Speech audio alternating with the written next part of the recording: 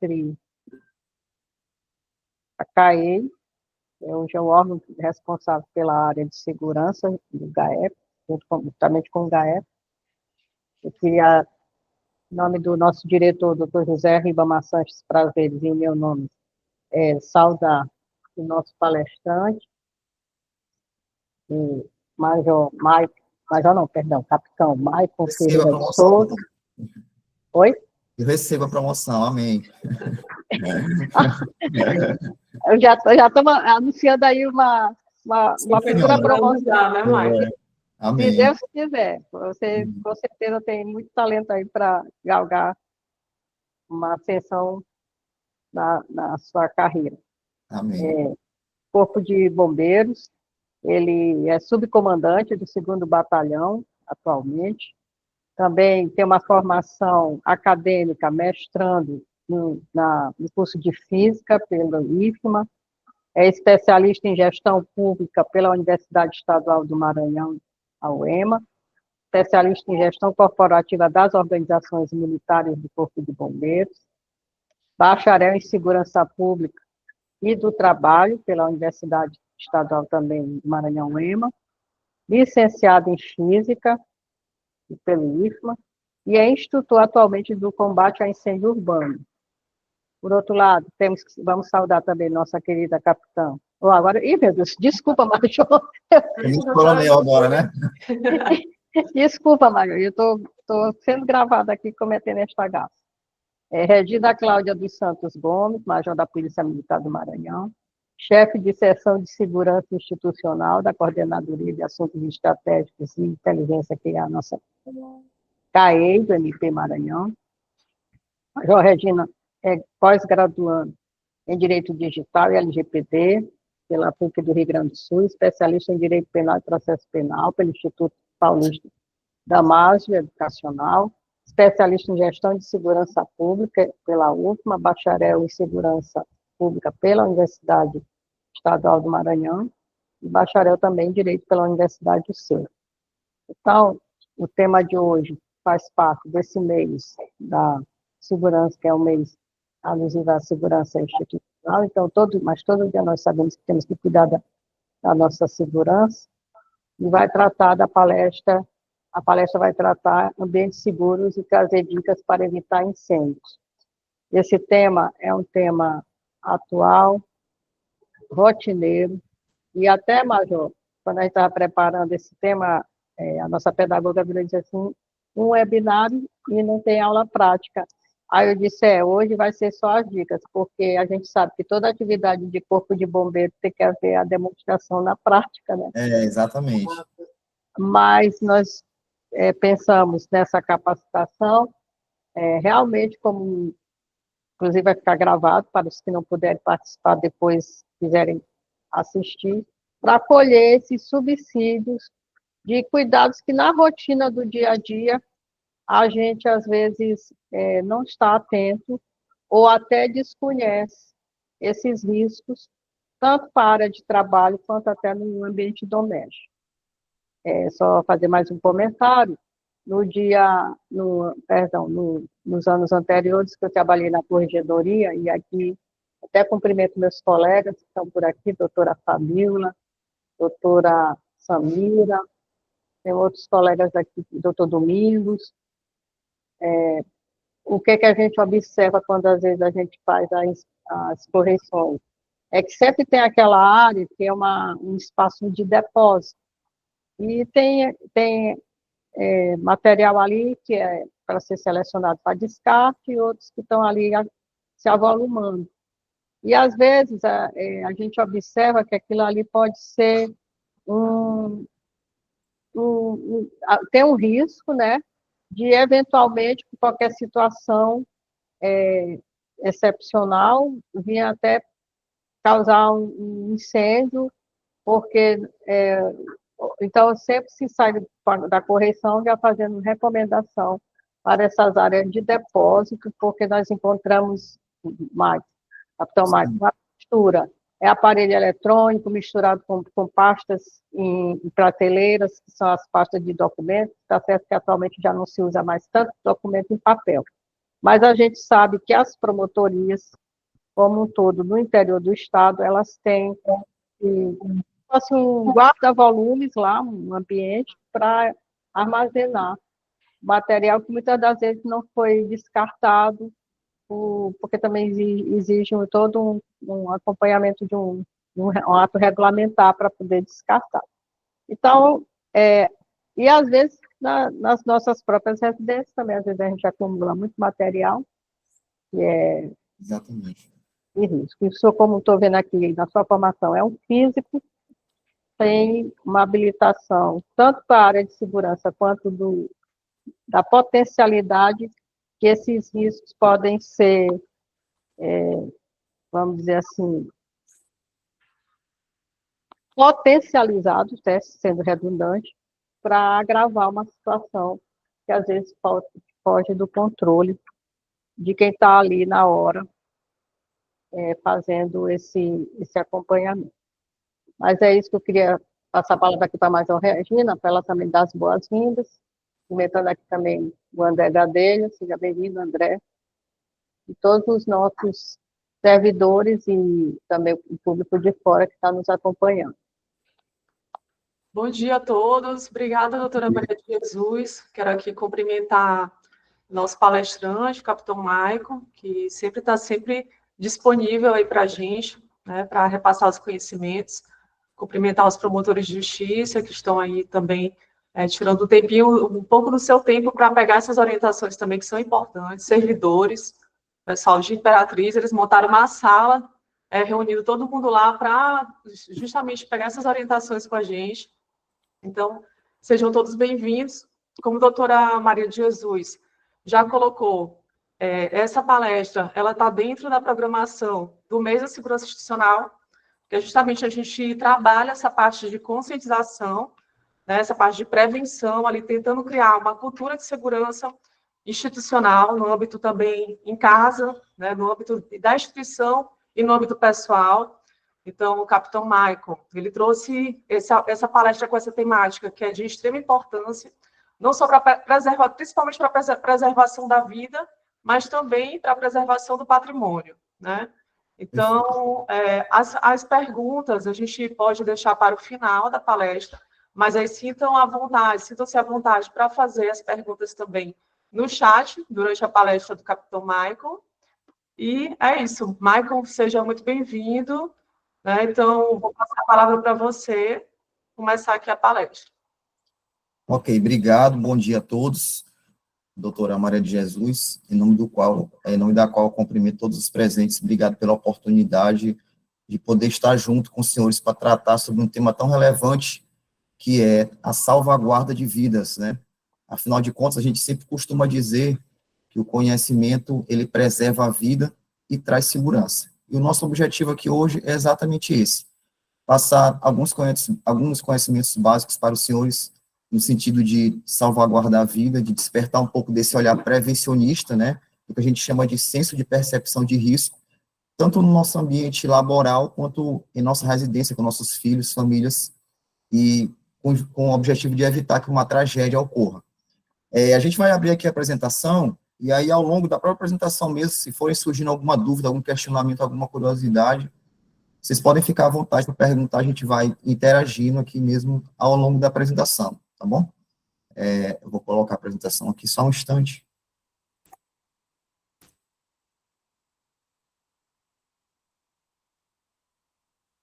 Compartilhar minha tela aqui.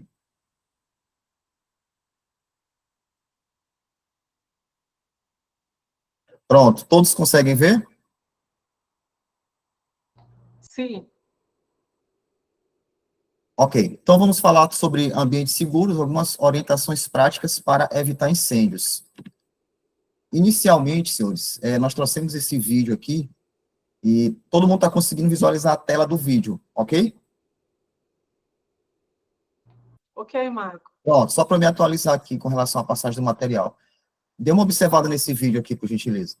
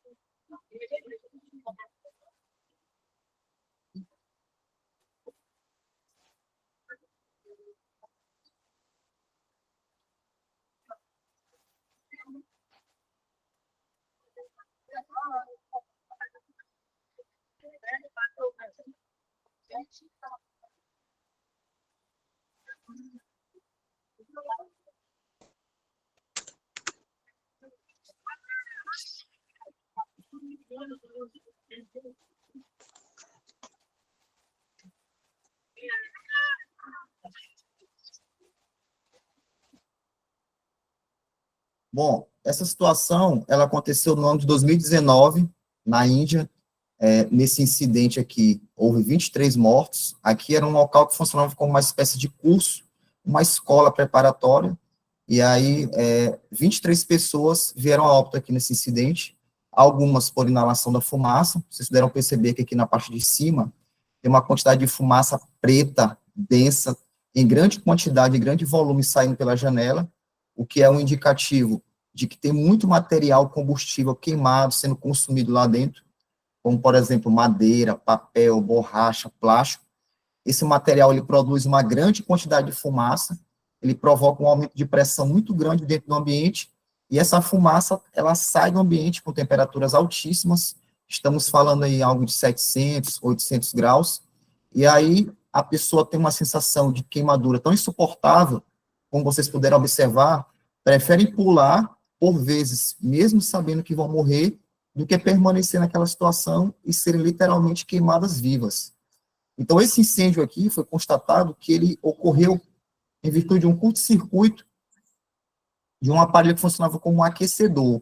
E aí o incêndio não foi controlado no princípio, se propagou no ambiente todo e, infelizmente, gerou essa tragédia aí. 23 pessoas mortas, algumas por inalação da fumaça e outras pela queda, certo? Trazendo aqui para mais próximo, eu vou trazer essa situação para vocês também, que aconteceu aqui no Brasil, ano passado, em uma cidade chamada Valparaíso de Goiás. Essa cidade fica ali na divisa entre Goiás e Brasília. Teve um incêndio aqui no 7º andar desse prédio. Eu vou mostrar para vocês rapidamente como é que foi a situação e o que aconteceu, qual foi o desfecho, o que provocou e quais foram as consequências dele.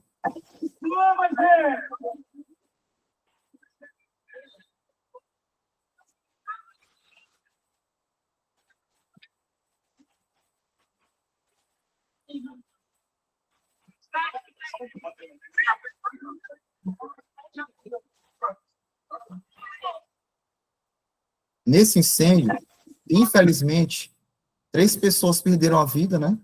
Aqui faleceu a esposa, o marido, aqui é um cachorro, e uma criança de 3 meses que está do outro lado do carro aqui atrás, que não dá para a gente ver.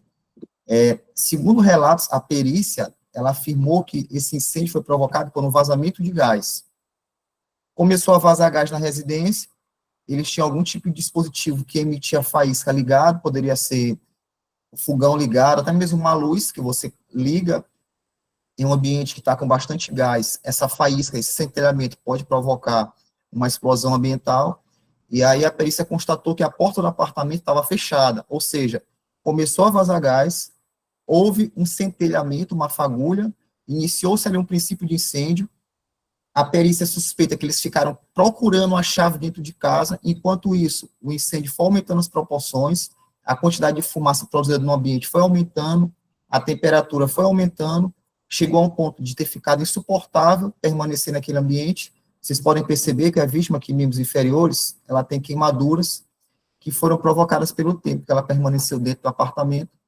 E aí, infelizmente, a família toda, o marido, a esposa, o cachorro e o bebê, se atiraram do 7º andar e vieram a óbito por essa situação do incêndio ocorrido pelo vazamento de gás. Alguém dos senhores tem uma ideia de onde é essa foto aqui, do que se trata? Alguém arriscaria dizer? Boate Kiss? Boate Kiss?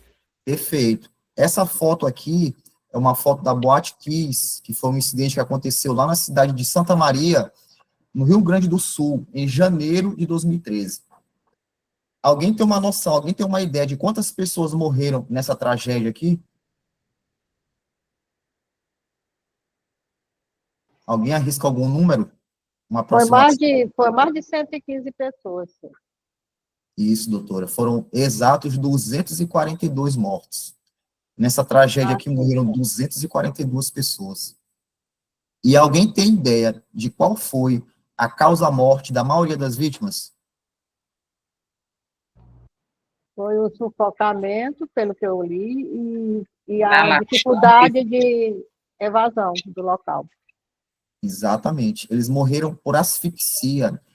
Essa boate, ela tem um material de revestimento acústico da parede, como, por exemplo, lã de vidro, lã de rocha. Esse material, quando ele queima, quando ele entra em combustão, ele libera uma fumaça tóxica chamada cianeto, que é 10 vezes mais letal e asfixiante do que o próprio monóxido de carbono. Esse cianeto foi o mesmo gás que matou aqueles adolescentes lá no CT do Flamengo. Vocês estão lembrados desse acidente?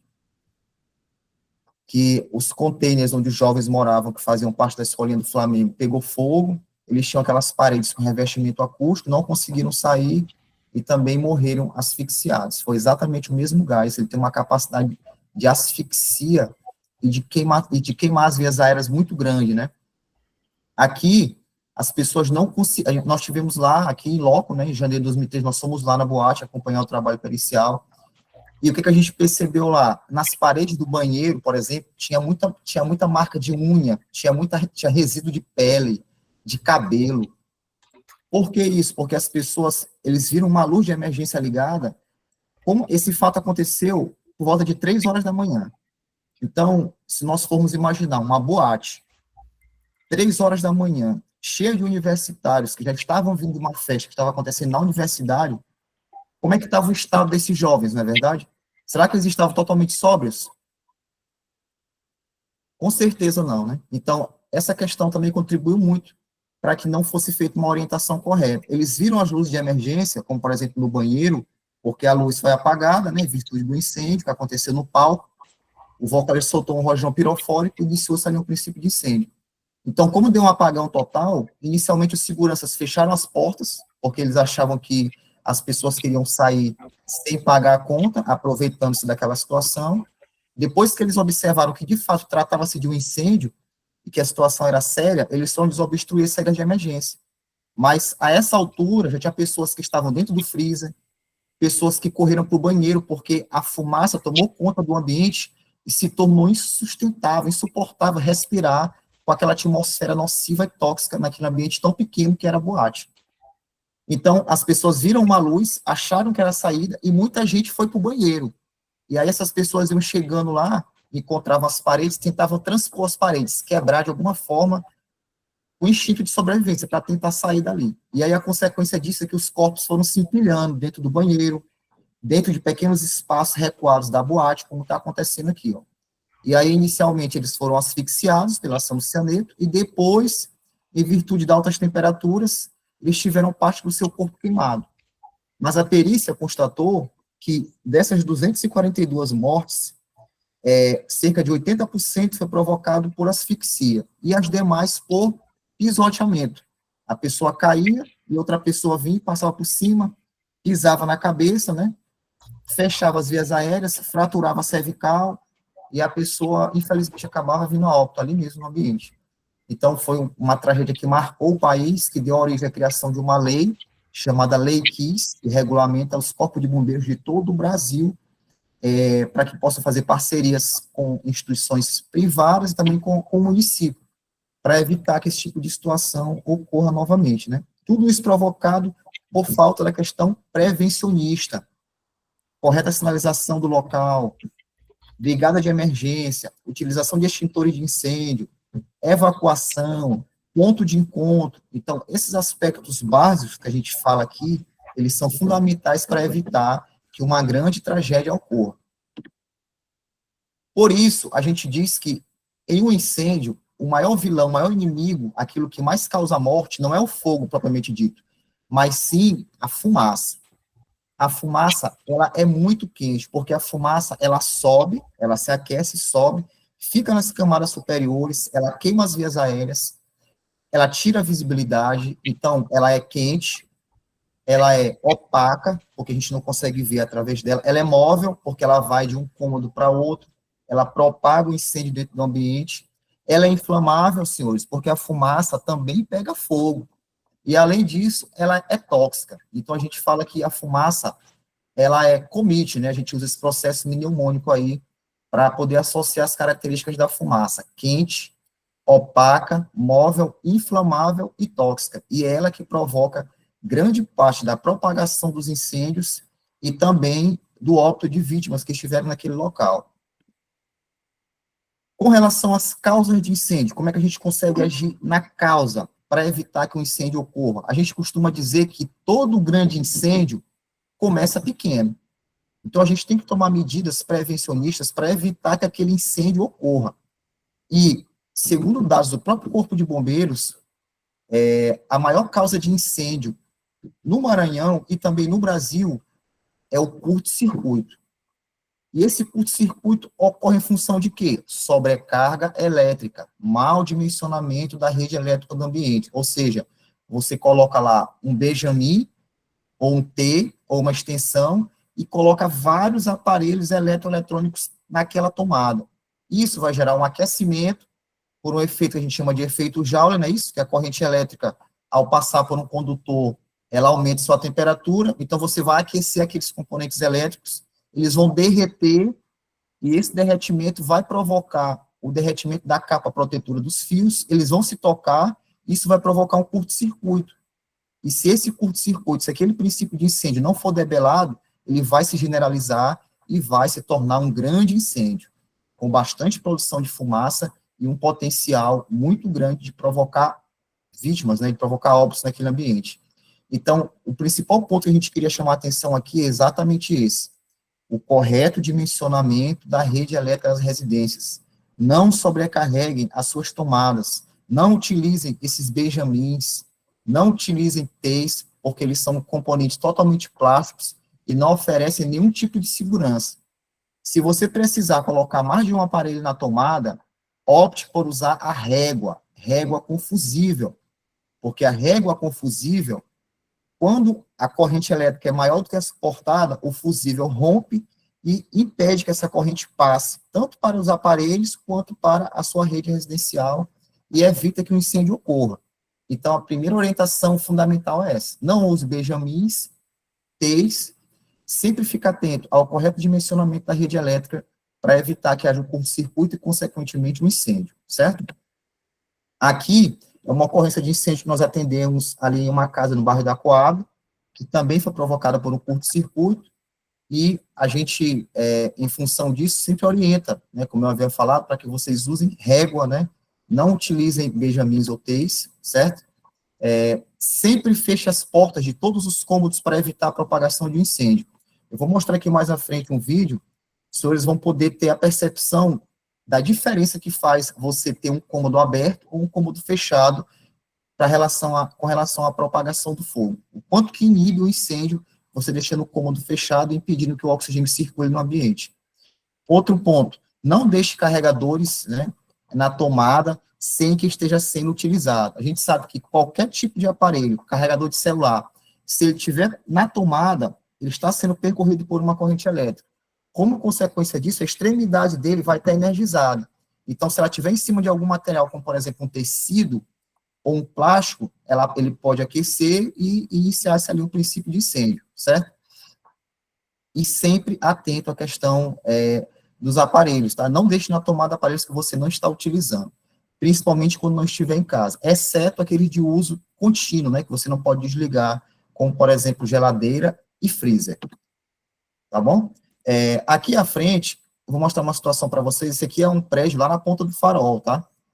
Vocês vão observar aqui a diferença de um cômodo que estava aberto, como ele ficou, e depois de um cômodo que estava com a porta fechada, como é que ele ficou. Olha só.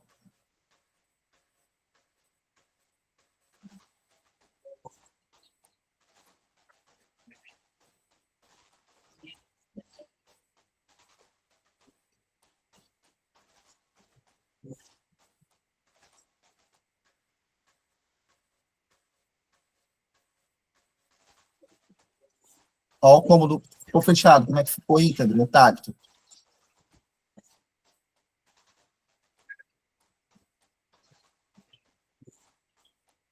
E os demais todos destruídos. Então, esse vídeo aqui, ele exemplifica bem a importância que é a gente ter esse cuidado. Se você vai sair de casa, desligue os aparelhos, tire da tomada tudo aquilo que não precisa ser usado continuamente e feche todas as portas do ambiente para evitar que o fogo se propague dentro da sua residência. Isso, obviamente, vale para residência, ambiente de trabalho. Sempre opte por deixar as portas fechadas para compartimentar o fogo e evitar que o incêndio se propague. Como a gente havia falado naquela ocorrência lá de Valparaíso de Goiás, a causa do incêndio foi GLP, né, que é o gás liquefeito de petróleo, que a gente conhece como gás de cozinha.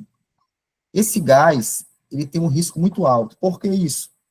Ela é a segunda maior causa de incêndio no Brasil. Como nós já falamos, a primeira são os curtos-circuitos, sobrecarga elétrica, e a segunda é o vazamento de gás. Quando eu me refiro a GLP, que é o gás de cozinha, a gente está falando aqui tanto do recipiente, que é o P13, que é o botijão que a gente está vendo aqui na imagem, quanto nos condomínios que possuem rede de gás canalizada. A gente sabe que nos condomínios existe uma segurança maior, porque eles têm que emitir um documento chamado laudo de estanqueidade. Então, a própria empresa que faz o fornecimento do gás, ela tem essa responsabilidade de fazer uma inspeção periódica, geralmente a cada 3 meses, em toda a tubulação, com uma espécie de câmera termográfica, onde ela vai observar se dos pontos de conexão existe algum tipo de vazamento. Caso haja, ele tem que ser sanado de imediato, o gás é fechado, o fornecimento, a válvula é fechada, e a conexão, é feita a correção na conexão, para evitar que o gás vaze, porque o gás vazando dentro de um ambiente doméstico é muito perigoso, principalmente porque o gás de cozinha, meus amigos, ele é inodoro, né? E a ele é acrescentada uma substância chamada metilmercaptano, que faz você sentir aquele cheiro de gás forte, para que você possa perceber, está vazando gás, vou resolver isso aqui. Com relação a condomínio, geralmente tem 2 registros, tem um que fica dentro do apartamento, geralmente as pessoas colocam dentro de um armário projetado, ele tem que ficar, não pode ser totalmente fechado, tem que ter uma aberturazinha ali, para que possa circular ar dentro, e no shaft, no hall, no corredor, tem um outro registro também, que desliga a válvula de todos os apartamentos. E tem um registro geral, que é de onde vem do recipiente maior, que fica na parte externa. Então, com relação à segurança, ele é muito mais seguro do que o P13, que é o botijão de gás residencial, o que não impede de acontecer um vazamento. Com relação ao vazamento, a gente pode ter 2 tipos de vazamento. Tem um vazamento sem fogo e tem um vazamento com fogo. Eu pergunto para vocês, na concepção de vocês, vocês acham que é mais perigoso um vazamento de gás com fogo ou um vazamento de gás sem fogo? Acho que sem fogo. Eu também acho. Ok? Sem fogo? Isso. Eu acho que a probabilidade da explosão, né, eu acho que com a compactação do gás, eu tenho a impressão que é mais perigoso se não tem o vazamento e a pressão do local. Não sei, estou falando aqui sem... Certo. Não, mas é isso mesmo, a senhora está correta. O vazamento de gás sem fogo, ele é muito mais perigoso, porque a gente não consegue, ele está saindo do regulador de pressão, ele está se espalhando, se propagando pelo ambiente, e a gente não tem como dimensionar a quantidade de gás que eu tenho no ambiente. Se eu tenho um ambiente saturado de gás ou não, porque, ao contrário da fumaça, que quando é aquecida, ela sobe, o gás, ele é 1,5 vezes mais denso do que o atmosférico. Então, a tendência dele é ficar embaixo. Então, ele vai se acumular embaixo, vai ficar embaixo na residência. Então, se você tiver, por exemplo, um gás vazando, e você ligar uma lâmpada, ou desligar uma lâmpada, você vai produzir um centelhamento, e dependendo da quantidade de gás que você tiver no ambiente, principalmente vazamento de gás sem fogo, isso pode provocar uma explosão ambiental, semelhante ao caso que nós vimos lá da família de Valparaíso de Goiás, certo? Então, a gente tem que ficar muito atento com relação a como é que está o gás, né, da nossa residência. Procedimentos básicos. O primeiro é ligar para o corpo de bombeiros, tá? Fundamental. Se o vazamento de gás for sem fogo, que é um vazamento mais perigoso, o ideal é sair do local, tá bom? Você não deve acionar nenhum tipo de dispositivo elétrico, celular perto, ligar a lâmpada, desligar a lâmpada, acender o fogão de forma alguma, e tentar ventilar o ambiente, abrir portas, abrir janelas, para que aquele gás inflamável não fique confinado no ambiente, certo? Se você detectar o local do vazamento e puder fechar a válvula, muito melhor. Com o ambiente aberto, ao passar do tempo, o gás vai ser retirado do ambiente e vai aumentar a segurança do local. Se for um vazamento de gás com fogo, dependendo das circunstâncias, é menos ruim, porque aquele gás que está vazando, você sabe que ele está sendo consumido pelo fogo. Qual é o risco? É ter algum pano próximo. Tem pessoas que costumam colocar pano em cima do fogão ali, com segunda-feira, terça-feira, quarta-feira, né? Ou colocar outro tipo de utensílio de cozinha próximo, e aí esse material plástico ou tecido, em contato com a chama do botijão, ele pode iniciar um princípio de incêndio, que por sua vez pode se propagar para a casa toda. Então, você vai fechar o local, evacuar o local. Se você conseguir fechar o regulador de pressão, é melhor, é que a gente chama o pessoal chama de borboleta, que é o regulador de pressão, ou no caso do gás canalizado, tem uma válvula que vem da parte externa para o seu apartamento, se estiver aberta, feche, ok? Então, esses basicamente são os cuidados que a gente tem que ter. E caso a gente esteja quebrado, que é um caso excepcional, você pode sanar esse vazamento com o próprio polegar. Se a pessoa não se sentir segura para fazer isso, ela pode umedecer um pano e colocar em cima que já cessa essa chama aqui, a labareda, tá? Essa região aqui do registro, do regulador de pressão, a gente pode fazer isso aqui na prática, em uma ocasião futura, sem problema, isso aqui a gente faz com frequência. Aqui é gelado, tá? Aqui é gelado. Como o gás sai sob alta pressão, né? E ele vai ter uma redução de pressão, a temperatura também vai diminuir. Então, aqui é gelado, você consegue colocar o polegar tranquilamente e evitar que essa chama atinja algum outro material combustível e o incêndio venha se propagar.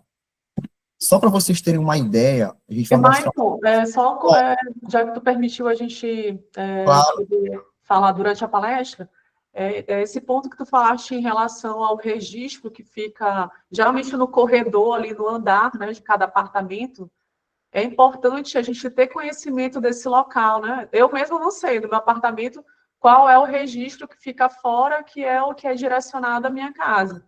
Então, acho que é importante depois a gente procurar ter conhecimento, quem mora em apartamento, ver esse segundo registro, né? Que geralmente fica ali no andar do apartamento. Perfeito, Major, exatamente. Tem um que fica dentro da residência e tem um que fica no corredor. Ele fica no shaft ali, onde, geralmente ao lado onde passa a fiação de TV a cabo, telefonia.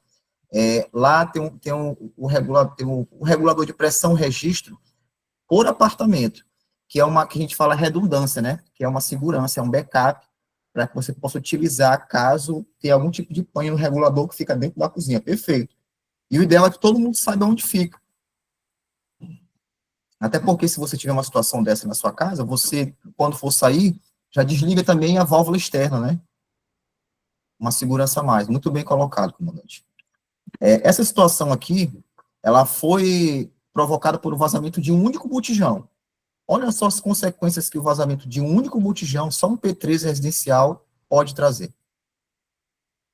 O vazamento de um gás de cozinha provocou uma grande explosão numa casa em São Paulo. 11 pessoas ficaram feridas, incluindo crianças. O impacto foi tão forte que teve vítima lançada para outro lado da rua. 5 casas foram interditadas. A casa ficou destruída. No chão, roupas, brinquedos, capacete, armário. Até a caixa d'água no telhado ficou com um buraco. De madrugada, o chão cedeu. A explosão foi tão grande que vários objetos foram arremessados com tanta força que, olha só, o estrago que foi feito aqui na parede dessa casa, que fica em frente ao local do acidente. Os tijolos foram destruídos e caíram sobre as camas. Era noite quando vizinhos da casa sentiram um cheiro de gás. Eles entraram e encontraram um morador caído no chão. Meu irmão chegou, ligou lá o botijão, ligou lá o fogão, não sei o que aconteceu. A vizinha viu que ele estava caído no chão, acho que desmaiado, que chamou a ambulância, só que não deu, né? Acho que até chegar, ela foi socorrer ele. Só que aí ligaram o ventilador, porque o cheiro estava muito forte. Aí foi o que aconteceu. Acidentes assim aumentaram em São Paulo em um ano. Em 2009, os bombeiros atenderam mais de 3.600 ocorrências com botijões de gás e 3.300 no ano anterior. O gás de cozinha é altamente inflamável e mais pesado do que o ar. E em locais fechados, ele se acumula rapidamente. A faísca produzida pelo interruptor de qualquer tomada pode provocar uma explosão. Com o impacto, moradores que estavam no local foram jogados para fora da casa. O dono da casa mesmo, ele foi lançado para o outro lado da rua. 11 pessoas ficaram feridas, 5 crianças. 2 eram irmãos gêmeos de 11 anos. Um deles está em estado grave. A mãe estava em choque. O menino teve 60% do corpo queimado. Queimou bastante o rosto, né? Machucou bastante o corpo. A noite foi assustadora para os vizinhos. Foi muito horrível, porque você vê esse pessoal e até você ficava em choque. Muito forte a pancada. Olha, fiquei impressionado, em ter desespero. Eu não sabia o que fazer na hora. Senhores, vocês conseguiram observar que nessa situação a pessoa viu que tinha um cheiro de gás forte e o que ela foi fazer? Ligou o ventilador. Ligou o ventilador. Aquele cheiro de gás estava muito forte, confinado no ambiente, e era para dispersar o gás, ela ligou o ventilador. E aí ela produziu uma faísca, produziu um centelhamento, um ambiente, a gente fala, muito gasado, ou seja, com uma quantidade de gás muito grande, e isso provocou uma explosão ambiental muito grande. É bom deixar registrado que o botijão de gás em si, ele não explode. O que explode é o ambiente por onde o gás vaza. Ou seja, ele toma conta do ambiente e qualquer faísca, centelhamento, provoca uma explosão ambiental. E essa onda de choque decorrente da explosão, ela provoca tanto o trauma, porque a pessoa é arremessada, quanto a queimadura, como se fosse uma bola de fogo. Ela te arremessa a uma longa distância e também queima. Essa criança aí, infelizmente, que tinha um irmão gêmeo de 11 anos, ela veio a óbito, ela não resistiu aos ferimentos, ela teve o corpo bastante queimado, né, principalmente o rosto, e infelizmente ela não resistiu. Então, a gente observa que uma situação que poderia ser resolvida facilmente, colocando em prática esse tipo de orientação, como, por exemplo, abrir portas, abrir janelas, evacuar o local, ventilar o ambiente, não ligar e nem desligar nenhum tipo de dispositivo elétrico. Quando essas medidas são tomadas, a gente consegue salvar vidas, né? E as pessoas, infelizmente, não tomaram essas medidas e isso causou um grande prejuízo, inclusive para a morte dessa criança e o prejuízo material também, né? O vazamento de um... Outro ponto fundamental que a gente tem de falar é o seguinte, você viu as orientações básicas para evitar que o incêndio ocorra, relacionado a vazamento de gás, a sobrecarga elétrica, mas caso o incêndio ocorra, o que você deve fazer? Se eu me deparo com o princípio de incêndio, qual é a minha primeira medida? Se eu tenho um treinamento básico, que a gente pode ministrar posteriormente, se eu já tenho um treinamento básico, eu posso optar por utilizar extintores de incêndio, porque eles têm o objetivo de combater princípio de incêndio, seja em líquido inflamável, seja em material classe A, que a gente chama, que é borracha, madeira, papel, plástico, seja em material energizado, que a gente chama de classe C. Então, a gente tem diversos tipos de extintores, extintor de pó químico, que consegue combater as 3 classes, extintor de água, de espuma, depende do tipo de material que está queimando. Então, a primeira providência a ser tomada é a gente tentar combater o princípio de incêndio. Caso a gente não consiga combater aquele princípio de incêndio, a gente vai ter que sair. Só que sair de um local, fazer uma evacuação, ela requer treinamento. Porque você imagina só, uma porta só. Geralmente o acesso é pequeno. E eu tenho várias pessoas naquele ambiente. Se não tiver uma ordem naquela evacuação, isso vai provocar pânico, transtorno, pisoteamento. E as pessoas podem não morrer pela ação do incêndio, mas infelizmente vão morrer por uma evacuação que não foi previamente planejada e treinada. Então, por isso que a gente traz a importância de você conhecer os preventivos fixos da sua edificação, você entender o que é um alarme de incêndio. Ah, eu estou aqui na promotoria, como é que eu vou acionar um alarme de incêndio se eu sentir cheiro de fumaça? Vou ter que quebrar o vidrinho aqui, vou ter que tocar essa botoeira para que o alarme ecoe em todo o prédio. Ele está funcionando? Será que uma pessoa que está no pavimento totalmente distante do meu, ela vai conseguir ouvir esse alarme? Com relação às portas de emergência aqui, ó, elas não devem ser obstruídas.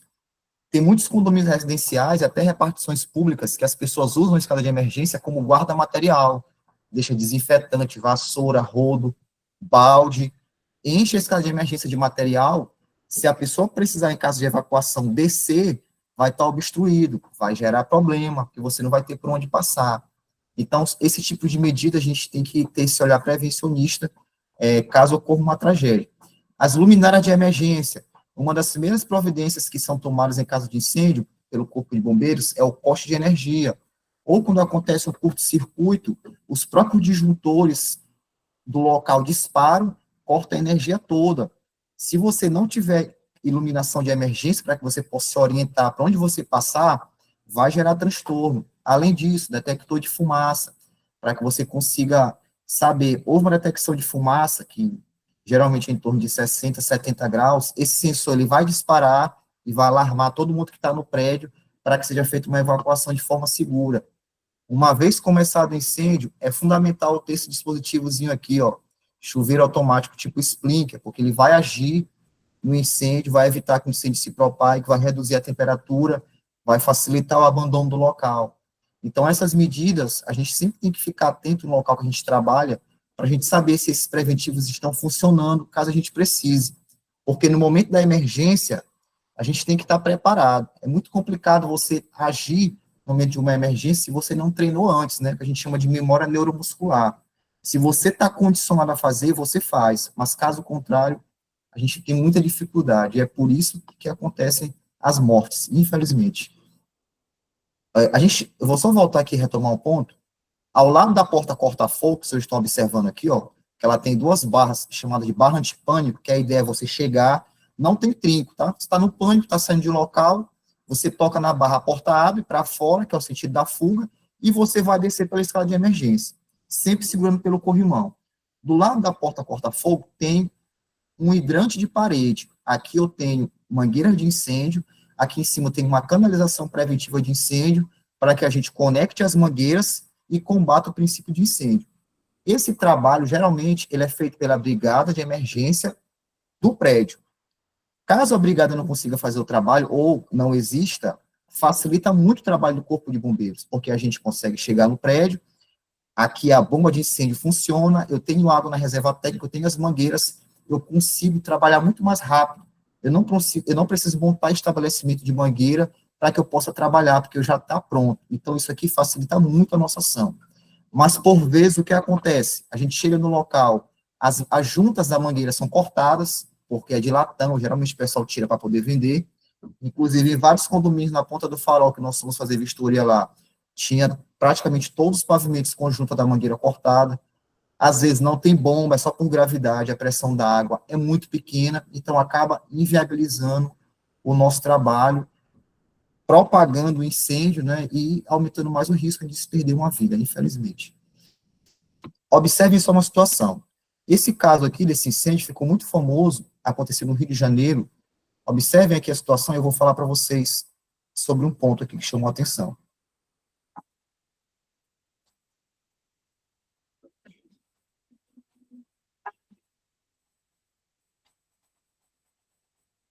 Olha a quantidade de fumaça invadindo o corredor, fumaça densa, preta.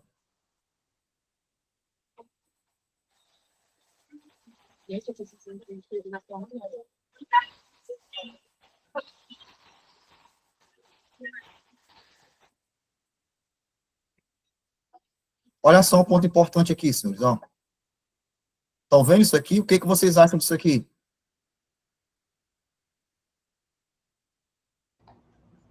Um absurdo ter ficado trancado isso aí. O hidrante de parede, ó, aqui eu tenho uma mangueira, aqui eu tenho um esguicho, que é por onde sai o jato de água, e aí simplesmente trancado com cadeado. Ou seja, inviabiliza uma ação rápida, porque você não vai ter nenhum momento nenhuma ferramenta para abrir isso aqui. Então, e aqui tem vidro, né? Você pode se cortar. Então, essa tampa do hidrante de parede, ela tem que ficar sempre desobstruída para facilitar da pessoa pegar a mangueira, acoplar aqui. Na hora que você abre o registro, como essa bomba ela tem uma leitura gravitacional, você abre o registro, o sensor lá detecta que a água está caindo e a bomba entra em ação automaticamente, sem precisar fazer nada. Mas, infelizmente, aqui não foi possível porque o hidrante de parede estava com cadeado. E esse rapaz aqui, o fisiculturista, infelizmente faleceu, né? Ele também pulou do 10º andar. Temperatura muito forte, muitas chamas, não tem como. Isso aí é a porta do apartamento dele. Então, isso aí é um outro fato curioso que a gente chama atenção, tá? Com relação a a esses preventivos fixos, a importância que eles possuem dentro de um prédio. Um fato curioso que aconteceu em um condomínio aqui de São Luís, rapidamente aqui para os senhores entenderem a importância. Nós fomos acionados por uma ocorrência de incêndio em um condomínio aqui em São Luís. Quando nós chegamos lá, a gente observou que o incêndio era no 6º andar. E aí teve uma pessoa que trabalhava no condomínio, que ele já falou, o incêndio é no 6º andar, eu já fui lá, o apartamento está fechado. O que ele fez? Esse cidadão, ele evacuou todo mundo aqui, ele bateu de porta em porta, enquanto ele observou que as fumaças estavam saindo pelas frestas, ele tirou todo mundo, esvaziou o bloco inteiro, tocou o alarme de incêndio, fechou o registro do gás da torre, fechou o registro de energia, desenergizou a torre, tirou todo mundo do bloco, todo mundo desceu.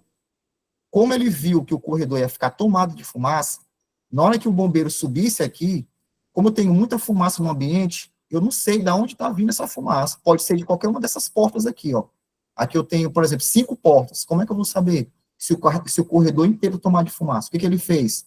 Ele foi até o hidrante de parede, que eu mostrei para vocês agora há pouco, tirou uma mangueira e colocou a extremidade da mangueira exatamente na porta onde o apartamento estava pegando fogo. Então, assim, ele ajudou muito, sim ou não? Sim. Conhecimento básico, mas ajudou muito. Ele salvou vidas, ele evacuou a torre, desligou gás, energia e sinalizou para a gente qual era o apartamento que estava pegando fogo. Então, a gente chegou lá bem rápido. Tivemos que arrombar a porta. Quando a gente entrou, a gente viu que foi um curto-circuito no ar-condicionado, estava bem próximo a uma cortina, e o incêndio ficou restrito a um quarto. Então, facilitou muito a nossa ação. Então, esse tipo de conhecimento básico, ele ajuda muito na ocorrência, né? Preservação de vidas e bens. Desse levantamento que nós fizemos aqui, um dos cômodos mais propensos a ter incêndio é na cozinha, né? É na cozinha. Então, a gente trouxe também algumas orientações básicas sobre quando você está lidando na cozinha, trabalhando com óleo, etc. O primeiro deles é que você, se estiver trabalhando com óleo quente na panela e tiver uma situação como está acontecendo aqui no vídeo, você de forma alguma pode colocar água, certo? Porque a água, ela vai ficar embaixo do recipiente, lá do óleo, ela vai evaporar e vai ejetar o óleo para cima. E isso vai aumentar a propagação do incêndio e vai queimar quem estiver nas proximidades. Então, se você quiser sanar, o primeiro ponto, coloca uma panela em cima. Se você, uma panela não, uma tampa em cima da panela. Se você, eu vou me queimar porque eu vou aproximar a tampa da panela, vai queimar minha mão.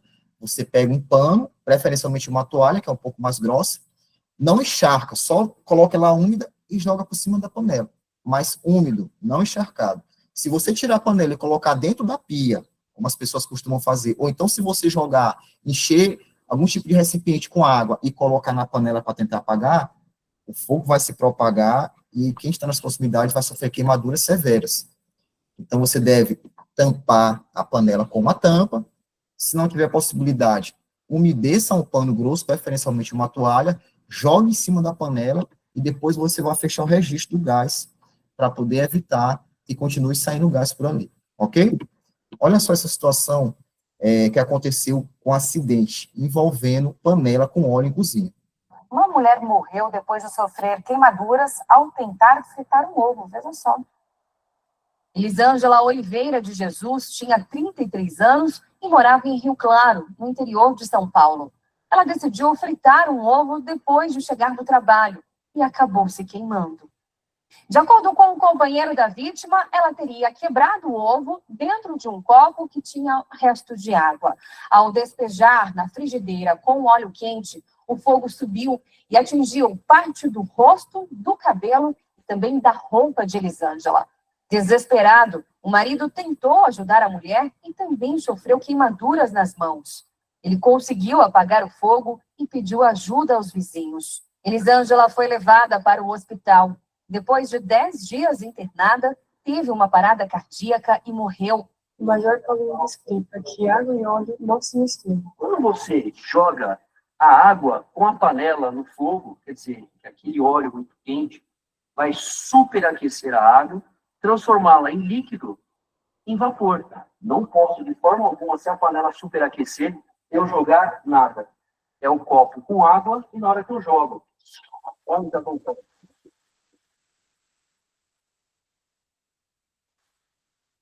Deu para entender que eu não posso fazer isso? Ok, então, infelizmente, essa senhora perdeu a vida nesse acidente doméstico, né, porque ela fez o procedimento errado. E o outro ponto que chamou a atenção, além dela ter misturado água com óleo quente, ter provocado esse incêndio, infelizmente ela não ter resistido, foi que o marido tentou ajudá-la e também sofreu queimaduras, certo? E aí, um outro ponto para abordar aqui com os senhores é o seguinte: caso uma pessoa esteja sendo queimada, a pessoa está pegando fogo, qual o tipo de procedimento que eu devo adotar? Eu vou jogar água nessa pessoa? O que seria ideal eu fazer?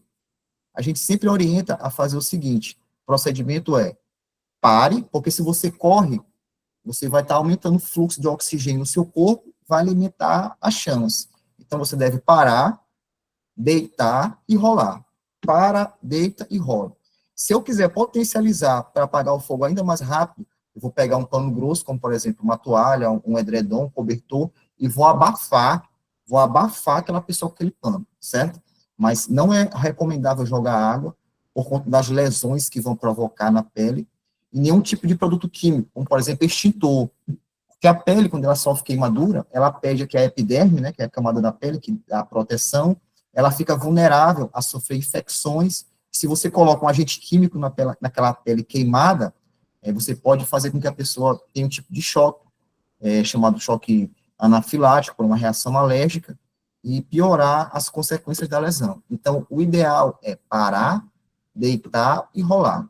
Se possível, abafe a pessoa com cobertor, um pano grosso, para cessar as chamas, mas não correr e não molhar.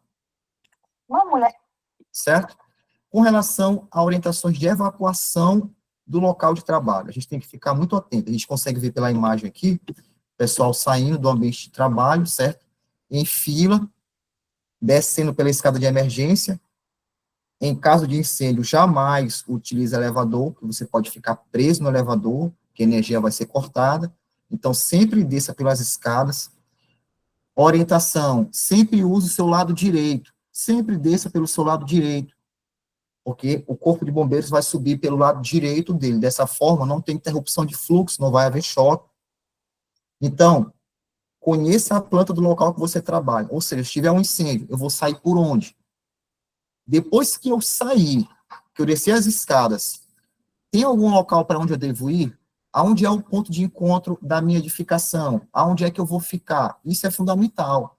Porque, por vezes, quando tem um incêndio, as pessoas saem do local e tomam rumos diferentes. Então, não tem como você saber se todo mundo desceu. Então, o que é o procedimento ideal? É que todo mundo desça pela escada de emergência, em fila indiana, não correndo, caminhando, e vá todo mundo para um local só, chamado ponto de encontro, onde eu vou concentrar todo mundo e ali eu vou poder verificar se as pessoas desceram de fato.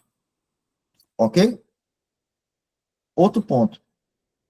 Com relação à fumaça. Se você está no ambiente e se já está com fumaça, lembra, a fumaça quente, ela sobe. Então, se você quer respirar um ar de melhor qualidade, como é que você deve se deslocar nesse ambiente? Abaixado. Se eu estou com fumaça no ambiente, vamos deslocar abaixado. Se for necessário, se realmente ficar ruim de respirar até abaixado, com o rosto rente ao solo, eu posso pegar um pano e colocar no meu rosto. Se eu puder molhar esse pano, melhor ainda, aumenta o nível de proteção das minhas vias aéreas e vai me possibilitar sair do local com segurança. Porque se você inalar muita fumaça, você vai perder a consciência, e depois que você perde a consciência, a quantidade de fumaça invade as suas vias aéreas, e aí a vítima ela vai ser asfixiada, e aí, infelizmente, depois pode ter o corpo queimado, e pode vir a óbito. Então, o que é o correto? Saia abaixado, rosto rente ao solo, coloque um pano no seu rosto, preferencialmente úmido, para que você possa sair do ambiente. E aí vem aquela série de orientações. Eu tenho que saber qual é a porta que eu vou utilizar, ela não pode estar obstruída, eu não posso ter nenhum tipo de material obstruindo a escada de emergência para que eu possa passar, e eu tenho que saber para onde eu vou, que é o ponto de encontro, ok? Nesse momento, quem vai fazer essa evacuação, alguém tem que tomar frente, porque se não tiver uma pessoa orientando de forma clara e firme, vai dar problema. Alguém tem que falar, ó, vamos sair por aqui, todo mundo pelo lado direito, uma pessoa atrás da outra, em fila indiana, ninguém vai voltar para buscar nada, não volta para buscar bolsa, celular, ok? Então, esse tipo de orientação, ela tem que ser dada. Se você passou por uma porta no ambiente, como a gente havia abordado anteriormente, fecha aquela porta para evitar que o fogo se propague. Então, esses cuidados básicos fazem uma diferença muito grande e ajudam a nos manter vivos. Eu vou mostrar para vocês aqui a diferença de um ambiente com uma sinalização correta quando as luzes são apagadas.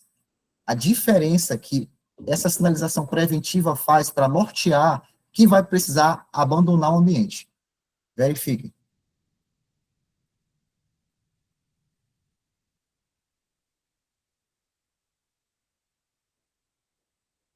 Ó, as luzes foram apagadas, a energia foi cortada. Olha só a orientação que você tem para sair. Aqui você tem placa de sinalização orientando o sentido da fuga. Você não vai tropeçar porque os degraus e os corrimãos estão devidamente sinalizados. Então, essa sinalização preventiva, quando você for fazer um abandono diário, que as pessoas estão nervosas, estão em pânico, ela é fundamental para evitar que haja quedas, tropeços, e a pessoa tenha algum problema ali durante a evacuação do prédio. Faz uma diferença realmente muito grande, como a gente pode observar aqui no vídeo. E aqui nós trouxemos a nossa percepção. É importante vocês saberem como é que a gente atua dentro de um incêndio, entenderem as consequências de um incêndio que pode provocar. Esse aqui foi um incêndio que aconteceu ali na Ponta do Farol também, foi um caso que repercutiu bastante, e tinha muito, muito fogo, um apartamento bem extenso, e foi muito complicada essa operação. Aqui a gente usou com o nosso EPI de incêndio, que a gente chama de roupa de aproximação, a gente colocou uma GoPro para poder mostrar como é que é um ambiente, como é que a gente opera combatendo um combate a incêndio urbano estrutural. Observem só.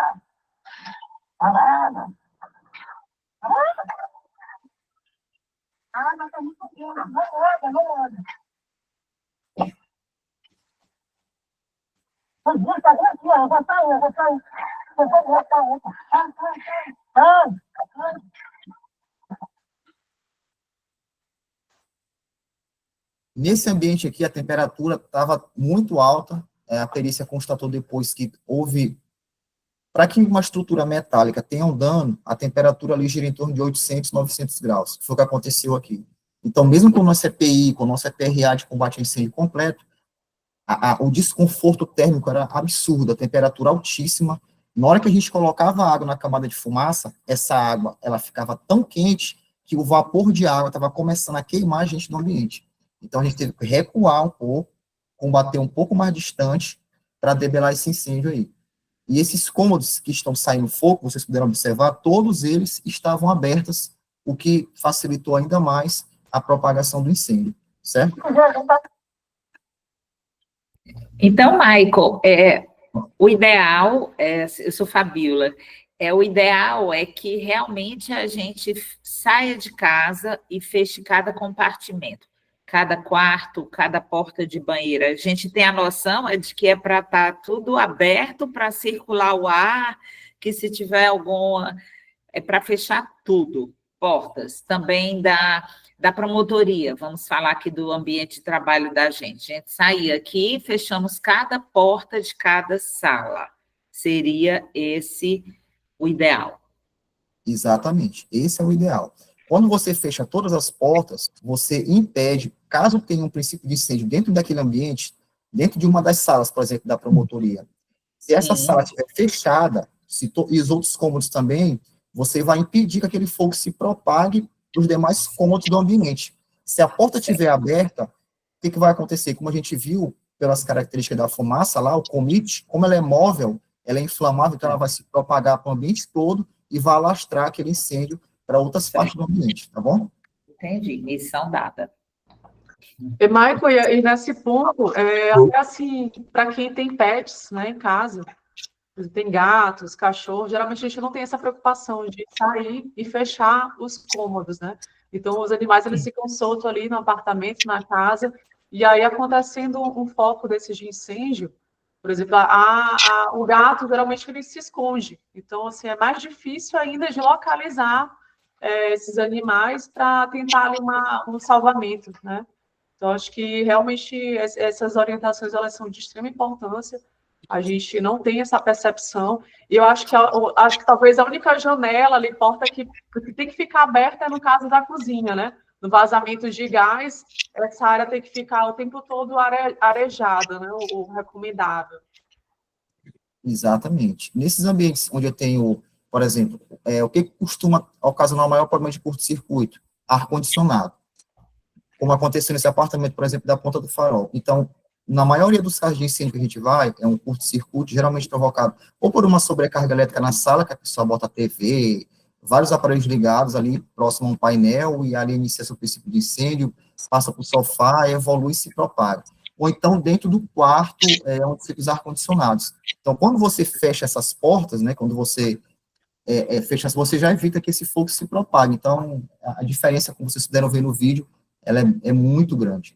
E realmente na cozinha, principalmente o ideal, quem tem botijão de gás em casa, que é o P13, o correto é ele ficar do lado de fora da residência. Você consegue colocar ele do lado de fora, né, caso haja um vazamento, o gás não vai ficar confinado no ambiente. E no caso do apartamento, geralmente esses reguladores de pressão, os registros, eles ficam dentro de um armário projetado, né, na maioria dos casos. Então, aquela porta que você abre para ter acesso ao regulador, se você puder deixar ela aberta ali, quando você sai de casa, para evitar que o gás fique confinado, é uma medida de segurança interessante também. Ô, Mike, Pois não. opa, bom dia, parabéns aí pela apresentação. Bom dia, obrigado. Tenho uma dúvida. Eu já vi alguns vídeos, né, de incêndios, né, e princípios de incêndio, onde os moradores, ao verem ali o princípio de incêndio, quando ele está pequeno, eles já se evadem do apartamento, né? E a gente percebe que muitas vezes, se ele tentasse combater aquele incêndio ali do início, né, ele não teria tomado as proporções que tomam, né? Aí a minha dúvida é, existe algum sinal, né, algum indicativo, assim, de que, ó, até aqui, né, pode ser que dê para eu combater o incêndio, a partir daqui realmente não dá, ou vai realmente do feeling da pessoa lá que está no local? Excelente, muito boa pergunta. Geralmente, a gente costuma orientar que a pessoa que não tem os materiais necessários, como o Corpo de Bombeiros, por exemplo, que você tente combater o princípio de incêndio. O que a gente considera princípio de incêndio? É quando ele está restrito ao foco, ou seja, ele está em apenas um ponto. Se é no ar-condicionado, ele está apenas no ar-condicionado, ele não se propagou para a mobília ainda, ele não está generalizado. Se, por exemplo, aconteceu um curto-circuito próximo à TV e está em um móvel ali, onde está a TV, está restrito, aquele móvel não se propagou, ali é um princípio de incêndio. Então, naquele momento, você tentar combater é eficiente. Porém, uma vez que ele se generalizou, que ele já se propagou para outros móveis, pegou na cama, pegou no sofá, passou para a cortina, que já tem uma quantidade de fumaça muito grande no ambiente, aí a gente já não recomenda mais fazer o combate do princípio, aí a orientação mesmo é sair do local o mais rápido possível e com segurança. Beleza, obrigado.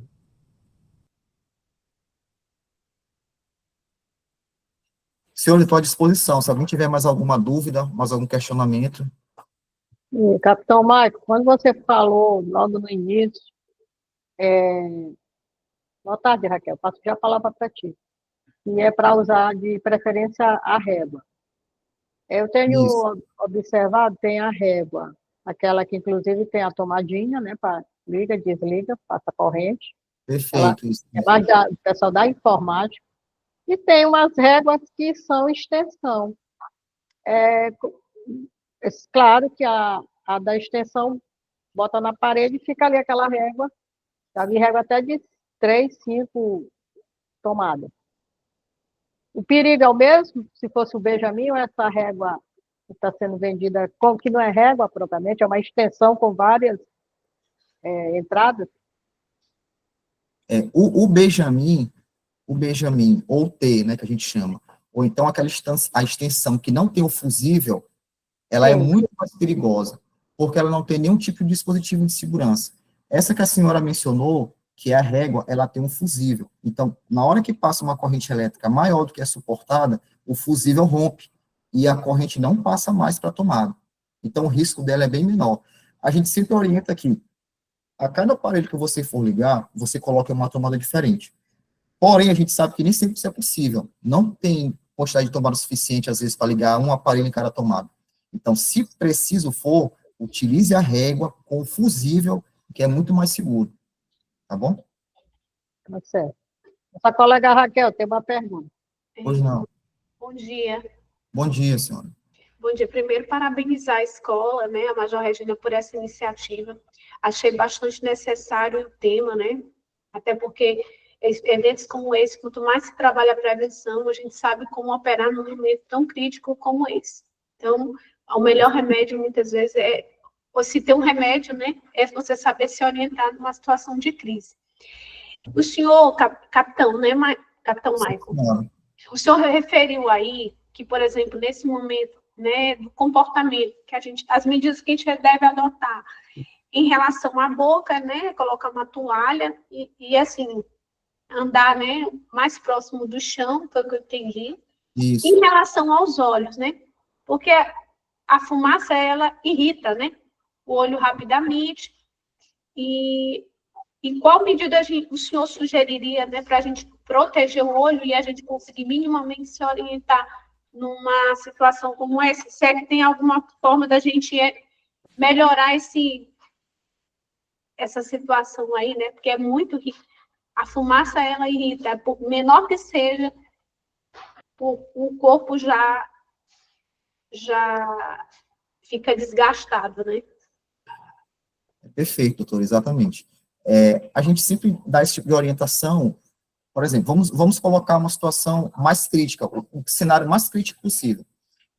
Que a pessoa está no ambiente e ela não consegue enxergar nada. Ou então que o olho dela está extremamente irritado, a ponto dela não conseguir mais enxergar pela grande quantidade de fumaça. Como é que ela deve proceder? A gente tem que adotar a parede como nossa orientação. A parede. A parede. Se a senhora for observar, sempre quando a senhora toma por base a parede, do seu lado direito é onde ficam as portas. Então, fique abaixado, preferencialmente se oriente com base na parede e do seu lado direito, porque provavelmente você vai encontrar uma porta para que você possa entrar ali, um ambiente mais seguro, e fugir daquela fumaça. E isso estou colocando uma situação onde a pessoa não está enxergando absolutamente nada, tá bom? Perfeito. Abaixado e se orientando com base na parede pelo lado direito. Perfeito. Obrigada. Tá, nada. Maicon, só uma contribuição, e aí me corrija se eu estiver errado. Certo. Até você falou que o principal causa de incêndio é o curto-circuito, né, a sobrecarga na rede elétrica, né, pela mau dimensionamento dos eletrônicos ali ligados, né? Isso, então, assim, só para vocês terem uma ideia, no ambiente residencial, as tomadas geralmente elas estão dimensionadas para uma corrente de 10 amperes. A gente tem que observar a amperagem daquilo que está usando, né? Então, todo equipamento tem um local lá onde diz qual que é a amperagem daquele equipamento, né? Então, a maioria das tomadas elas estão dimensionadas para 10 amperes. Então, se você precisa botar um Benjamin ou uma extensão que não tenha o fusível, né? Então, é bom ficar atento a isso. Por exemplo, um carregador de celular turbo, geralmente é 2 amperes, né? uma Isso. fonte de TV, ou não, uma fonte de um computador, geralmente são 3 amperes, 5 amperes. Então, a gente tem que ter cuidado para que a soma desses equipamentos ligados não ultrapasse os 10 amperes. Porque quando ultrapassa, ele começa a esquentar, como o Major, capitão, né? Eu recebo a Major. promoção, pode me chamar de major que eu recebo. Como o capitão já havia falado, né? Quando passa da amperagem limite ali, daquele fio, ele começa a esquentar, né? E aí, esse esquentar é que derrete o fio e o ponto surge dali. Perfeito, muito bem observado. Obrigado pela contribuição, exatamente isso. E, Maicon, e outra situação que tu colocou em relação a curtos-circuitos em ar-condicionados, né? Que geralmente é a grande causa. Aí eu Isso, acho que era importante ter sempre uma periodicidade em manutenções em aparelhos de ar-condicionado, né? Em residências, às vezes você mora num local que alugou recentemente, não sabe se foi feita essa manutenção exato. a um longo prazo ou recente. Então, acho que era importante também ter esse comportamento preventivo de não sei qual seria o tempo ideal para fazer uma manutenção dessa rede de ar-condicionado, né? É o que a gente observa também, que tem causado muita dificuldade, os senhores devem ter ciência disso. Eles estão colocando o ar-condicionado embutido, principalmente nos quartos, para não ficar aparente, né? Então, eles colocam uma sanca, aí colocam o ar-condicionado e lá da parte de dentro da sanca, lá em cima, vem uma cortina. Então, aí você tem uma cortina que está rente ao ar-condicionado. Então, quando acontece um curto-circuito naquele ar-condicionado, como ele está rente à cortina, aquele curto-circuito, ela já passa para a cortina, que é um material que pega fogo muito rápido, um agente combustível de propagação rápida, e aí, uma vez que pega na cortina, geralmente embaixo tem um sofá, tem um aparador, tem um painel, tem uma outra mobília, e o fogo se propaga rapidamente. Esse próprio material que a gente utiliza hoje, MDP, MDF, esse material de que é feito projetado, ele facilita a propagação do fogo. Ele emite muito monóxido de carbono, que é tóxico e asfixiante, e facilita muito a propagação do fogo no ambiente. Acontece de forma muito mais rápida do que, por exemplo, os materiais usados em mobílias antigamente, como, por exemplo, madeira de lei, tatajuba, etc. Então, esse é um fator complicador para a gente também, o tipo de material que é usado na mobília hoje, né?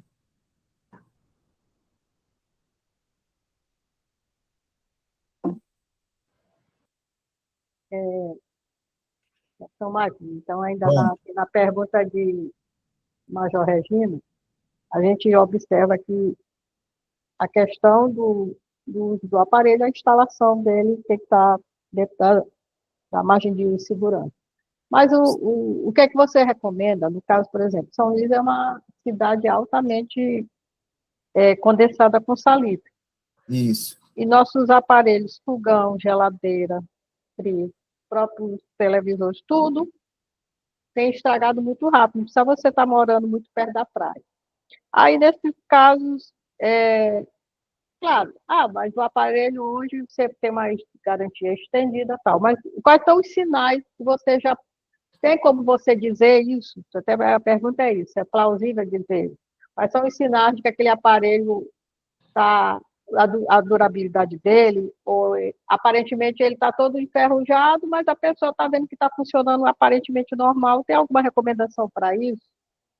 Porque o que aconteceu? Tem uma vizinha que ela foi fazer uma reforma na casa dela, quer trocar os aparelhos e tal. Só que na hora que começou também a quebrar por cima do gesso, como você está falando, por dentro do gesso, viu que está tudo corroído, na serragem até por dentro das lajes. Aí foi, chamou o síndico, chamaram uma engenharia para fazer um diagnóstico. Porque isso é um risco que está chamado risco oculto. Tem prédios aqui, casas, que estão com esse problema de salitre também pela parte de dentro da ferragem, de laje. Então, na verdade, eu estou fazendo duas perguntas. A ferrugem de aparelhos, né? Se você tem uma recomendação para isso, ou vai ter que trocar logo, e essas ferrugens ocultas. Doutora, tudo isso resolve com manutenção preventiva.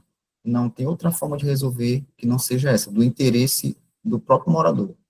Então, essa questão da oxidação do aparelho, o maior ponto de atenção que a gente tem que ter nele é com relação à tomada, para saber se o plug da tomada, se não está oxidado, para saber se tem algum fio ali do chicote que liga o aparelho de tomada, se não está desencapado, se não está oxidado, se não está corroído.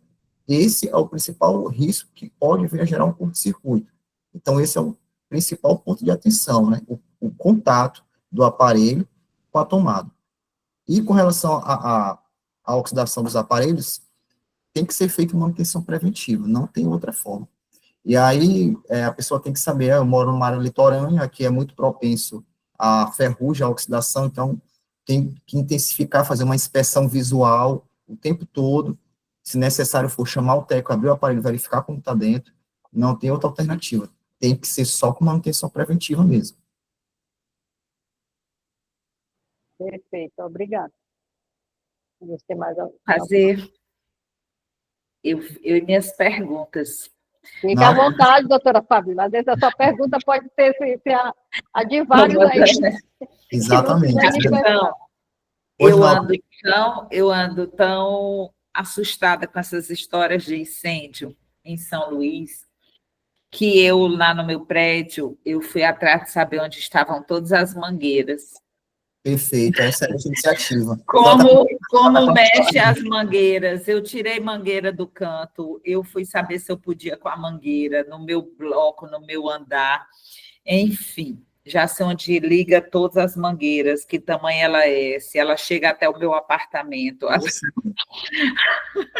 Aí eu lhe pergunto, iniciando um incêndio, já numa proporção de fogo, o Corpo de Bombeiros ainda não chegou, eu já ligo logo essas mangueiras, taco água em tudo que é canto, ou eu pego o extintor, se já tem fogo, é mangueira, é água, é tudo isso que é para fazer. Certo, boa pergunta. Meu desesperador. Exatamente, a tendência é que a pessoa inicialmente se desespere mesmo, né? Mas assim, se tiver o fogo restrito a um material, a uma mobília, a um ar-condicionado, se ele ainda não se generalizou no ambiente, se ele ainda não se propagou, se a pessoa consegue ficar ali respirando, não tem muita fumaça no ambiente, é um princípio de incêndio. Então, o indicado é usar o extintor. Se os senhores forem observar, em todo condomínio, no hall, no corredor, sempre vai ter o hidrante de parede e o extintor de incêndio. Já observaram isso? Já. Sempre tem o hidrante e o extintor. O hidrante de parede, você vai, obviamente, utilizar água, mas o extintor que está lá, do lado do hidrante, ele é um extintor de classe ABC. O que isso quer dizer? Que você pode usar ele para qualquer tipo de material que está queimando, seja um óleo quente de frigideira, seja um ar-condicionado, que é um material energizado. Então, você não tem como errar. O que a gente tem que ficar atento, por exemplo, é de não colocar água em material elétrico energizado e de não colocar água em óleo quente que está em uma panela, por exemplo. Se está no princípio, se está no início, no ar-condicionado, ou então ali no Benjamin, no T, eu posso pegar o extintor ABC e vou combater com o próprio extintor. Show de bola. Se generalizou, não está mais só no sofá, passou para o painel, passou para a mesa, eu consigo ficar ali dentro, eu consigo respirar ali dentro? Consigo. Então, eu posso usar o hidrante de parede e eu consigo fazer um combate ali mesmo dentro do apartamento. É perfeitamente possível, tá bom, doutor? Certo, entendi. Inclusive, Fabina, tem que se checar, e o capitão Michael que vai nos dizer, se esse extintor está carregado corretamente, porque a gente viu recente, naquele caso do balão, lá de Santa Catarina, e por causa do maçarico, ele estava com o extintor lá e, por alguma forma, o extintor, não sei se estava descarregado ou não funcionou. Então, como é que é isso também? Eu resolvi, assim, sabe, não esperar mais por ninguém. Saí aprendendo, agora cobrei do síndico e agora está se cumprindo. As recargas, elas ficam visíveis nos lugares, que dia que foi feito, tá tudo isso sendo cumprido, e eu fui aprender como pegar a mangueira, onde liga, estirei a mangueira, enrolei mangueira, e para saber se eu podia ligar a mangueira, se a caixa, qual é a caixa que aquela vai abastecer aquela minha mangueira. Eu fui atrás disso tudo, porque geralmente a gente tem notado porque, como disse o capitão, na hora do incêndio, todo mundo cria um pânico, desaparece. E então, assim, eu fiz isso com os porteiros lá do meu prédio, não sou a síndica, eu só sou conselheira fiscal, mas eu fui atrás disso tudo, porque eu acho que em cada bloco, cada andar, tem que ter pessoas que tenham ações, até para evacuar os outros, até para a gente tirar as pessoas da nossa casa. Então, eu fui fazer isso e aprendi, manuseei a mangueira, não é nada difícil, são coisas fáceis, enrolei de novo. Então, assim, enfim, porque a minha vida, o meu patrimônio, a minha vida e da minha família. Então, eu fui atrás disso. Perfeito, exatamente. Os extintores depende muito do fabricante. Quando eles são comprados novos, eles passam geralmente 3 anos para poder serem recarregados, né? Mas depois que você faz uma recarga, aí tem que ser feito anualmente. Todo ano tem que ser feita uma recarga nível 1, que a gente chama, que é troca de componentes, recarga do extintor. E essa informação, como a doutora bem disse, ela tem que estar clara, para que a pessoa passe a observar, esse extintor, ele está carregado. E é importante que a gente saiba, por exemplo, será que do hidrante de parede que tem no corredor do prédio que eu moro, o correto pela legislação é que tenha 30 metros de mangueira dentro desse hidrante, ou seja, eu vou ter 2 mangueiras de 15 metros lá dentro. Isso é o que a lei diz. Então, a gente fazer um teste. Uma interliga na outra. Exatamente, conecta uma na outra. Por que a gente pede, por que tem que ser 2? Porque se o apartamento for bem próximo ao hidrante, e se eu tiver uma mangueira só de 30 metros, ela vai ser muito longa e vai atrapalhar o meu trabalho. Então, aí, se eu tiver uma distância bem próxima, eu deixo uma de 15 de lado e uso só uma. Se precisa aumentar, eu acoplo as 2 de 15 e formo os 30 metros. A gente tem que fazer esse teste interessante para saber, desse hidrante de parede que está no meu corredor, se eu moro num apartamento mais longínquo, mais distante, até onde essa mangueira chega? Eu entro na minha sala, ela chega até próximo de um quarto, por exemplo. Então, esses testes que a doutora mencionou aí, eles são fundamentais para a gente faça, né? Salvaguardar a nossa vida, acima de tudo, além do patrimônio. Marco, aproveitando aí as perguntas da doutora Fabíola, da doutora Jesus, que são bem pertinentes, né? E observando que os exemplos que tu mostraste aqui em São Luís dos incêndios, né? Praticamente todos foram lá na Ponta do Farol. Isso. Né? Eu moro lá na Ponta do Farol, né? E eu tenho uma preocupação, né? Quem faz churrasco sabe bem disso, né? Que o vento, ele é um combustível, né? Pro fogo, né? Às vezes, quando o fogo do churrasco ali, o carvão tá apagando, a gente joga o ventilador, o bicho, né? Exatamente. Sobe. E lá na Ponta do Farol é um vento, assim, absurdo, né? Principalmente esse período agora, de setembro para frente, é um vento, assim, que falta levar a gente. E aí eu tenho muita preocupação com isso, porque imagino que um incêndio, né, com um vento desse, se alastra muito rápido, né?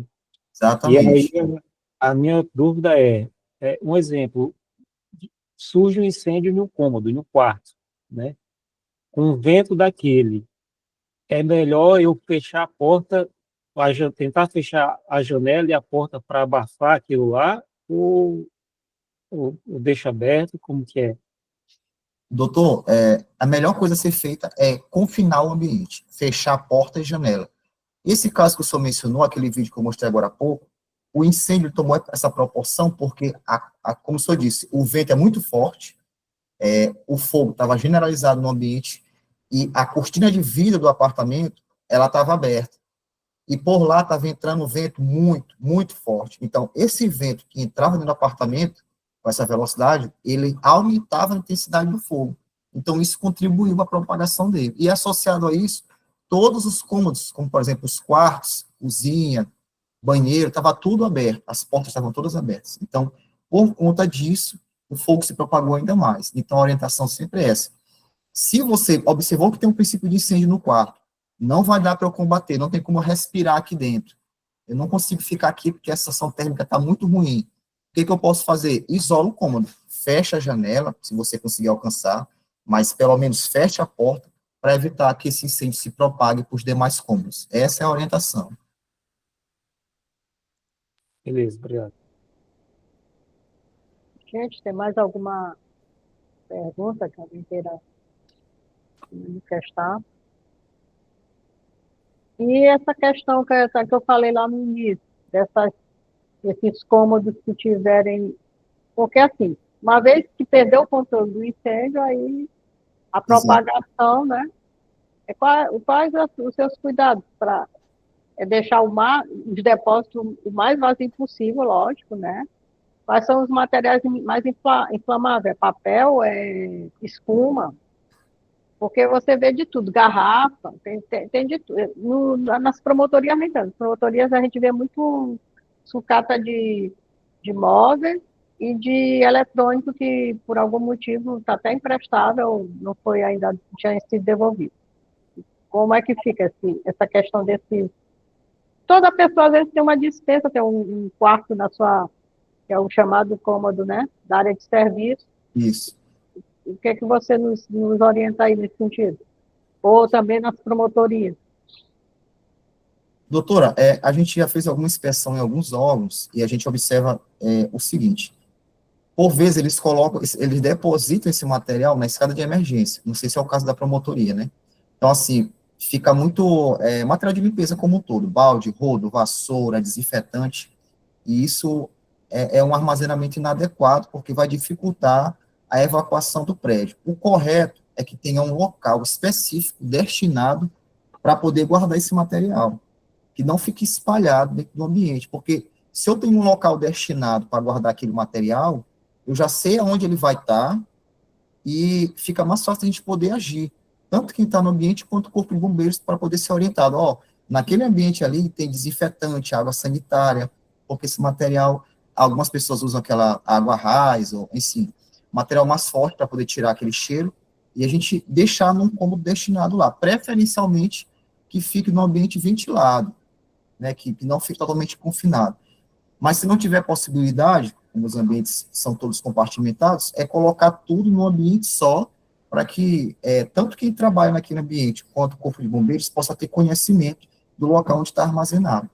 Mas o ideal é isso, que fique num ambiente só, para que a gente possa saber aonde estão, né? E fique assim isolado. Afasta desse tipo de material, qualquer tipo de mobília, plástico, qualquer tipo de maquinário, deixa ele em um ambiente mais isolado, que dificilmente, se não houver uma provocação externa, como, por exemplo, uma chama, é pouco provável que ele entre em combustão, em autoignição ali, por si só. Só exemplificando uma situação rápida aqui para o senhor entender. Tem um condomínio aqui na próxima região da Litorânea, que teve um incêndio lá, e aí o que aconteceu? O que a perícia constatou? O dono do apartamento, ele colecionava cachaça, ele viajava ao mundo, e cada local que ele vinha, ele comprava uma cachaça, e aí o que acontece? O quarto, que era uma suíte, ele desativou o banheiro e fez uns projetados para poder armazenar essas cachaças em prateleiras. Só que o sol, ele incidia exatamente na janela do banheiro, que foi o cômodo que ele deixou destinado para colecionar cachaça. Então, com o passar dos anos, aquela vedação dos recipientes da cachaça, elas foram perdendo o seu potencial, aquele álcool etílico, ele foi evaporando, aquele ambiente que ficava todo o tempo fechado, porque no banheiro foi saturando de vapor, e aí, com a incidência dos raios solares, com a temperatura muito alta, começou a ter um incêndio lá. Então, a casa dele, o apartamento dele, pegou fogo inteiro, e a perícia constatou que foi exatamente isso.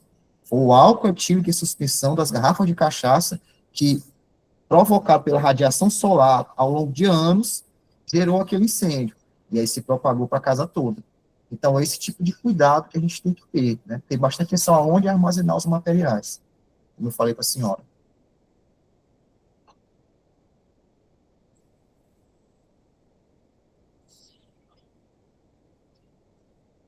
Acho que travou aqui.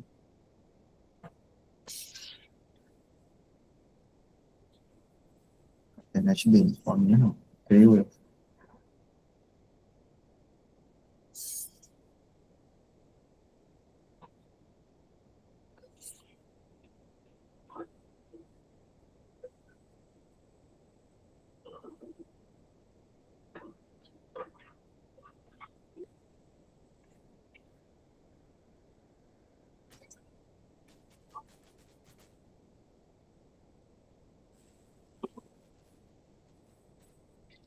Vocês me ouvem? Alô, doutora Maria de Jesus, vocês me ouvem?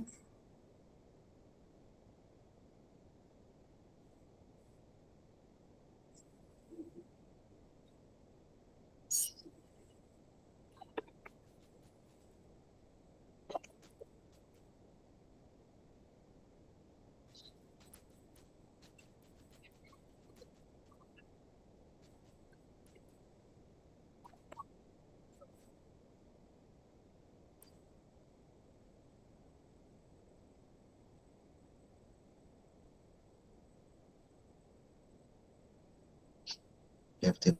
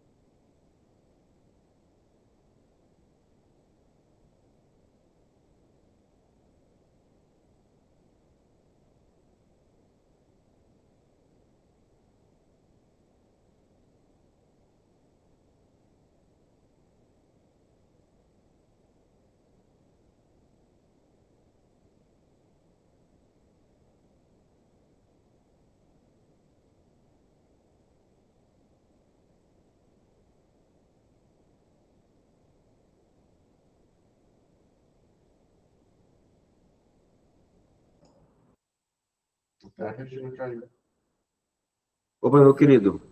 Opa, hoje não, a internet de vocês deve ter dado uma travada, então caiu, né? Eu creio que a nossa rede aqui caiu e eu creio que a maioria das pessoas que estavam conectadas são dessa minha mesma rede aqui. Ela tá me ligando aqui, só um instante que eu vou atender ela, tá? Tranquilo.